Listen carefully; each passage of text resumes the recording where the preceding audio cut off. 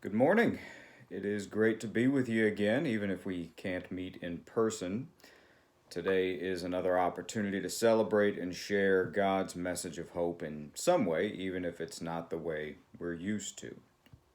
You know, I have to say, I really find it encouraging that so many different congregations and leaders have found creative ways of continuing to listen for and to share God's voice in a time in which circumstances have taken away our normal ways of doing that. And we need to be creative. There are days in the life of the church that are normally days of coming together to celebrate, and we need to find new ways to capture and hang on to that spirit. In fact, today is just such a day. We call this day Palm Sunday. And today we remember the day that Jesus rode triumphantly into Jerusalem on the back of a humble animal and announced his arrival as both a servant and a king.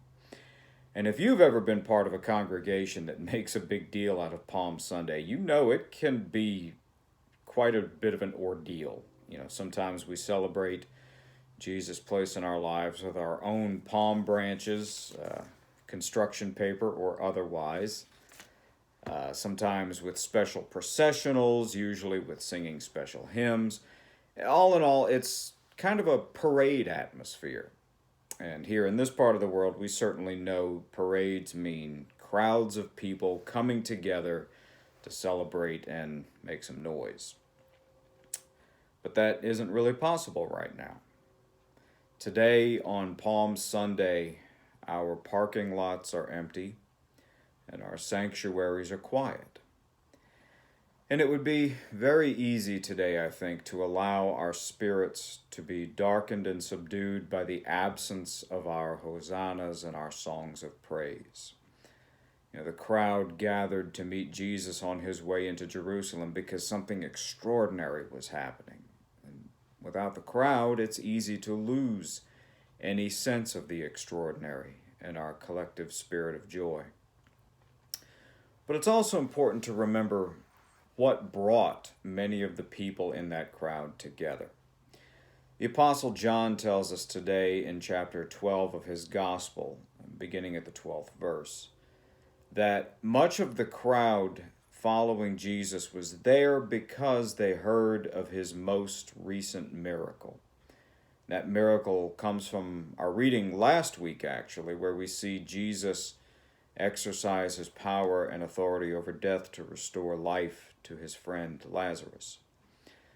The party and the celebration were natural results of the gifts Jesus had poured out into the world. People saw and heard the reality of Jesus, and they wanted to give thanks for his presence in their lives.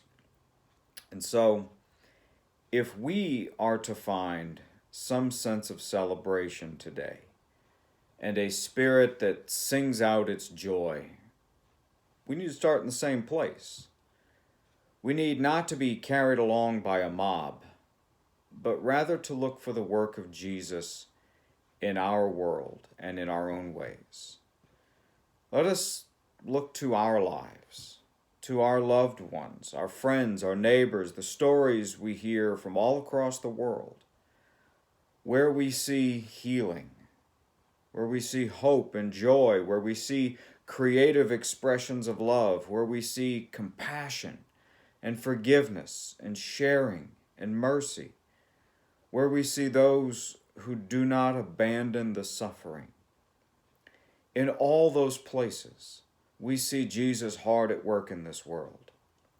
And when we see any of those ways in which grace is at work in our world, big or small, we see a reason to celebrate Jesus and to thank him for his love.